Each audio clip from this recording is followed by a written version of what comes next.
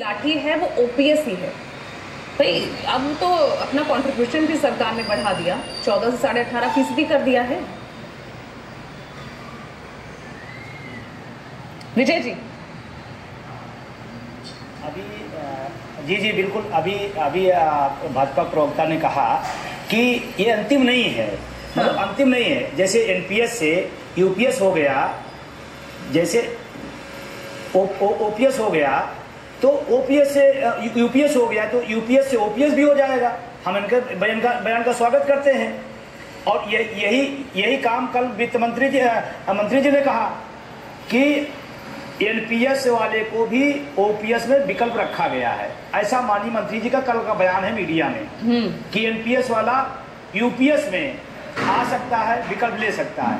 मैं कहता हूं आप एक विकल्प आप दे दीजिए कि ओपीएस कौन लेना चाहता है, आप दे दीजिए विकल्प एक।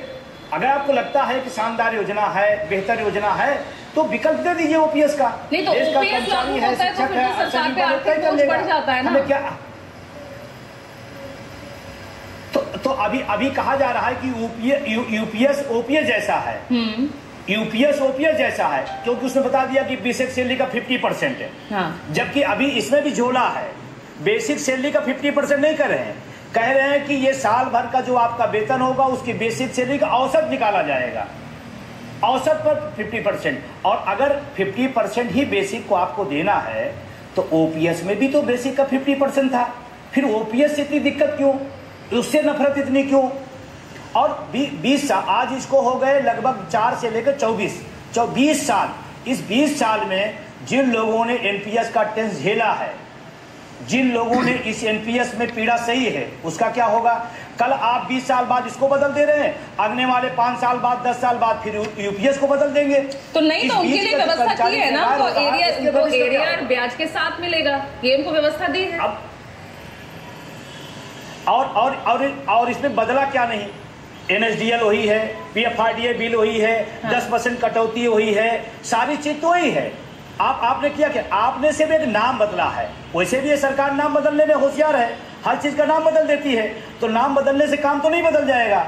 और अगर बदलना ही है तो मैं बड़ी विनम्रता से कहना चाहता हूं सरकार से, आज आपको मैं बताऊं, पूरे देश का कर्मचारी एनपीएस से जितना नफरत करता था, जितना दुखी था, उससे ज्यादा ओपीएस पर उसकी प्रतिक्रिया आ रही है। और जिन लोगों की बात किया इन्होंने कि वहां पर कर्मचारी नेता थे, मैं आपको बड़ी जिम्मेदारी के साथ कह रहा हूं, एक भी आदमी, सब के सब ओपीएस ले रहे हैं जो कल प्रधानमंत्री की मीटिंग में थे। अगर इतनी खूबसूरत ओपीएस है तो क्यों नहीं छोड़ देते हैं? हमको ज्ञान दे रहे हैं, वो ओपीएस लेंगे और हमको एनपीएस कभी बताएंगे अच्छी है, कहीं ऐसा तो नहीं बताएंगे अच्छी है, ऐसा तो नहीं होगा कि आपके कर्मचारी संगठन ही इस मुद्दे पर बट जाएं। नहीं, कर्मचारी संगठन बटेंगे जो ओपीएस के अंदर हैं, वो पहले भी छल किए, आज फिर छल कर रहे हैं। 2004 में इन्हीं लोगों की वजह से एनपीएस आई, आज इन्हीं लोगों की वजह से ओपीएस सरकार ला रही है।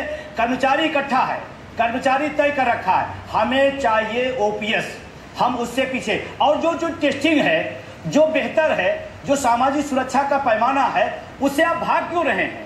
अगर हमने 20 साल 25 साल 30 साल सेवाएं दी हैं तो सामाजिक सुरक्षा देने में आपको पीड़ा क्यों हो रही है? क्यों आप इधर से उधर खेल कर रहे हैं?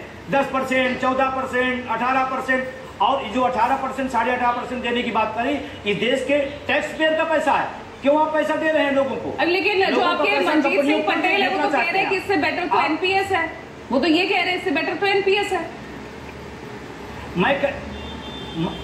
मैं कह रहा हूं कि सबसे बेहतर ओपीएस है, और इस देश का 1 करोड़ से ज्यादा एनपीएस में जो पीड़ित है वो ओपीएस के पक्ष में खड़ा है। आज भी लगातार लोगों को ट्वीट आ रहे हैं, only OPS, no NPS, no UPS. Manjeet Singh Patel आप ही के हमारा नहीं, हाँ नहीं, मंजीत सिंह पटेल आप ही के राष्ट्रीय अध्यक्ष है ना? मैं बता रहा हूँ पूरे देश, मैं बता रहा हूँ पूरे देश का जो कर्मचारी है वो एक लाइन में, एक स्वर में खड़ा है, हमें ओपीएस चाहिए। कम है दे दीजिए, पुरानी है दे दीजिए, हमें कोई दिक्कत, हमें ज्यादा क्यों देना चाहते हैं आप? हम जब तैयार है पुरानी लेने को, देश का कर्मचारी तैयार है, तो आपको दिक्कत क्या है? हमें कम वाली दे दीजिए, पुरानी वाली दे दीजिए। तो ठीक है ना, थोड़ा सरकार आगे बढ़ी ना, आपके आंदोलन का, आपके विरोध का दबाव पड़ा तो सरकार आगे बढ़ी। ये बिल्कुल इस बात से मैं सहमत हूँ। हाँ, इस बात से मैं सहमत हूँ कि आंदोलन का असर पड़ा, लोकसभा चुनाव के परिणाम का असर पड़ा, और अभी हरियाणा महाराष्ट्र में चुनाव है, वहाँ की इंटरनल रिपोर्ट है कि पेंशन आंदोलन ने इस सरकार को नींद हराम की है, और ये हमारे आंदोलन की ताकत है, देश के जो नौजवान इकट्ठा है उनकी ताकत है, और इसी ताकत पर एक दिन हम सब लोग ओपीएस लेंगे। अभी माननीय जी ने बहुत अच्छी बात बोला प्रवक्ता ने कि जब एनपीएस अंतिम नहीं थी तो यूपीएस भी अंतिम नहीं है, तो अगला कदम ओपीएस पर।